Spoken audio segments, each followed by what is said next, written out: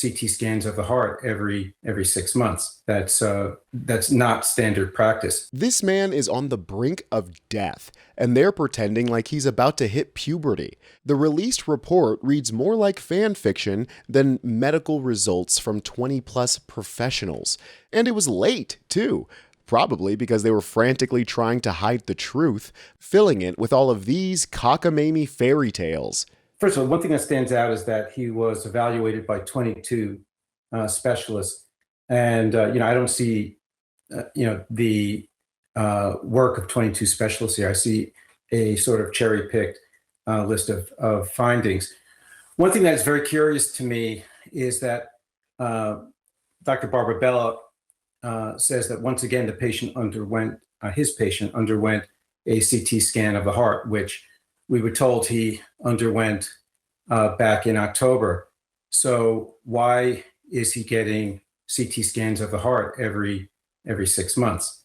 That's not standard practice. I'll note again that it looks like they once again tested the president with the MOCA test. That's really not that useful when you take it over and over and over again, because the questions don't really change that much. This is the cognitive test that you're referring to? Yeah, the Montreal Cognitive Assessment Test. The 30 questions. Oh, right. Trump definitely scored a 30 out of 30 on the cognitive neurological test. The man whose brain looks like skin-free chicken breast. The real results would have shown that Trump's got the mind of a toddler, which is obvious from the way he brags about acing the most simple tests. They had tough questions. So the first question was, you have a bear, a snake, an elephant, and a horse. Name the horse. That's the horse. The bruising lie is especially egregious and instantly identifiable as a fib, not only because he's got the bruising on both hands but only shakes with his right, but you know who also is old as sin and shakes a lot of hands? Joe Biden. Here's his hand, and you can see, whoop, not a single bruise in sight. This man has cancer, and he still looks healthier than Trump. He has one ability I don't have. Yeah. He sleeps. He can sleep. This guy, he has an ability to fall asleep while on camera. You'll never see me sleeping in front of camera. His body puts him out cold, unconscious, faster than if he had been punched in the head. It's almost like his own brain hates him as much as we do and just wants him to shut up. Because when he's awake, this is the kind of insanity that he's subjecting the world to. He's going on and on about getting his name taken off of the Kennedy building and how COVID was a hoax and how everyone's talking about Russia, and everyone is against him. I mean, it is the most insane dribble. It's like being forced to listen to your grandfather on Thanksgiving. And he's posting this stuff in the wee hours of the morning. He's up all night because he gets all of his sleep during meetings. Listen, we know this man is unfit for office. He's unfit to lead a bingo night, let alone the country. You can hear the stone-cold seriousness of those experts when they explain how these increasingly long deranged posts are evidence of something much more dangerous. The president has been posting really late at night, sometimes after 1 a.m. We've seen some recent examples of that. Dr. Coleman's take on that was that he thinks that, people that survive on sleep deprivation, it's actually not good for your mental or physical health. So he did have some concerns about some of the late night posting that we've seen. He is too far gone, straight up. There is nothing on earth that the Republicans can do to bring him back. And while being deranged was part of the appeal for some MAGA freaks, this gap in his approval, which is only getting wider, is far too big for them to ignore electorally, especially since lying about his fitness and health is only causing more and more of his dwindling base to lose faith.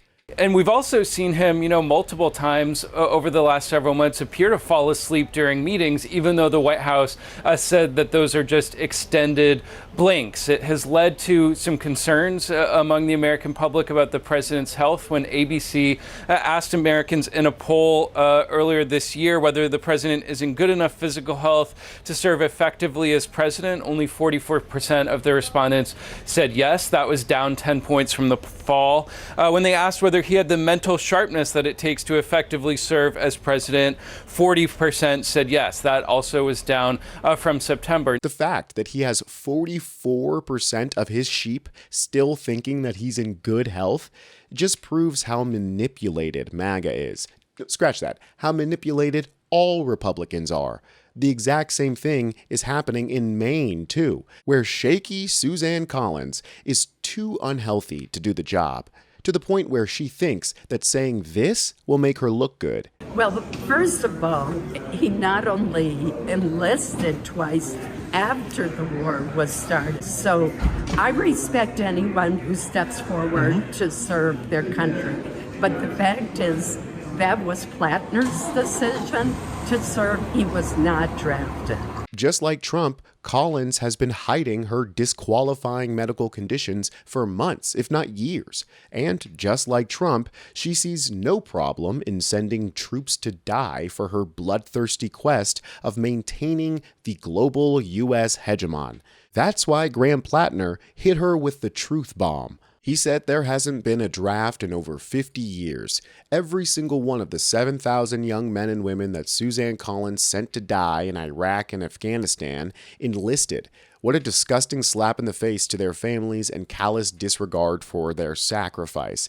And to add to that, it's a callous disregard and a disgusting slap in the face to the intelligence of Maine voters, who think that any kind of reason to send people to die in the Middle East for oil is a good idea. Republicans think that their snake-tongued, witty little retorts are going to win people over after what we're seeing in Gaza and what we're seeing in Iran? You know what really wins people over? Having a politics that puts their needs, the needs of American voters, over the needs of billionaires and corporations. This is Ken Griffin. He made $50 billion running a hedge fund. Susan Collins has voted to cut Ken Griffin's taxes at least 4 times. Under my tax plan, Ken Griffin would pay roughly $4 billion more in taxes per year. So it's not surprising that 2 hours ago we found out in a filing that Ken Griffin has given Susan Collins' super PAC $2.5 million. I think it's obvious to almost everyone that this should be illegal. But as long as establishment politicians like Susan Collins stay in office, that's not going to happen. It is so refreshing to hear a politician say what we've all been thinking. Politicians have essentially just been legal butlers for billionaires for far too long, keeping us regular people as livestock for their greedy corporations. That's why all of their attacks on Plattner are falling flat. Just look at how Fox tried to frame this objective win. Despite inflammatory comments, Plattner holds a 9-point lead over Collins in new poll. It turns out that people don't care about what you say, they care about what you do. And it's his progressive politics that is keeping him in the lead. It's his dedication to the core of what makes democratic socialism the obvious way to move forward in this country. They're trying to say that we're the radical ones for thinking so, but like Graham says, it's their position that is much more radical. What's radical is somebody like Susan Collins, who for decades now has made sure that we pass policies that are going to help corporations and billionaires to the detriment of working people, has made sure that we pass policies that are going to help corporations and billionaires to the detriment of working people, supporting over and over and over again illegal and insane foreign wars. She voted to send me to Iraq. And now she continues to vote to support the war in Iran. I'm sorry, that I think is much more radical to the people of Maine than having a healthcare system that doesn't collapse before our eyes. We got to stick together. So if you're in Maine or you have family there, reach out to them. Support Graham Plattner in his quest to unseat Suzanne Collins. And subscribe to U.S. Democratic Socialists. I'm Tony Hinderman, and I'll see you next time.